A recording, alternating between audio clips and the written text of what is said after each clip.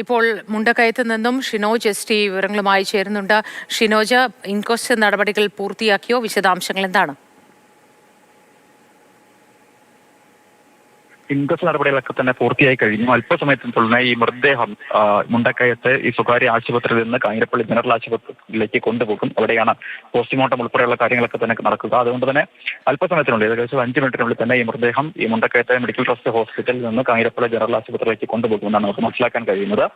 ഈ പോസ്റ്റ്മോർട്ടം നടപടികൾക്ക് ശേഷം തേനാപ്പാറ തോഹ ജുമാ മസ്ജിദിൽ പൊതുദർശനം ഉണ്ടാകും.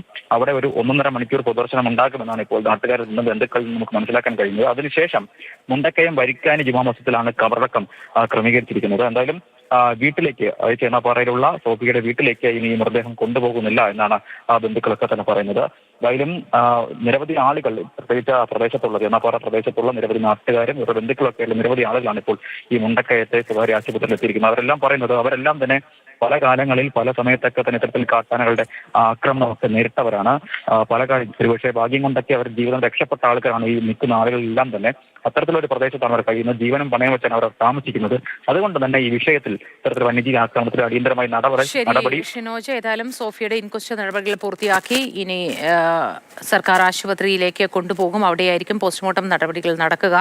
തുടർന്ന് മൃതദേഹം വീട്ടിലേക്ക് കൊണ്ടുപോവില്ല, അടുത്തുള്ള പള്ളിയിൽ സംസ്കാരം നടത്തുമെന്നാണ് ലഭ്യമാകുന്ന വിവരങ്ങൾ. അത് നേരത്തെ ജെനിസ് രാജുവും പങ്കുവച്ചപ്പോൾ പ്രേക്ഷകർക്ക് മനസ്സിലായിട്ടുണ്ടാവും. വളരെ ദുർഘടമായൊരു ഭാഗമാണ്. അതിലൂടെ വീട്ടിലേക്ക് എത്താൻ നല്ല ബുദ്ധിമുട്ടുണ്ട്. വാഹന സൗകര്യം അങ്ങുവരെ ഇല്ല എന്നുള്ളതൊരു പ്രധാനപ്പെട്ട കാരണമാണ്. ഏകദേശം 1 കിലോമീറ്ററോളം നടന്നു വേണം വീട്ടിലേക്ക് പോകാൻ.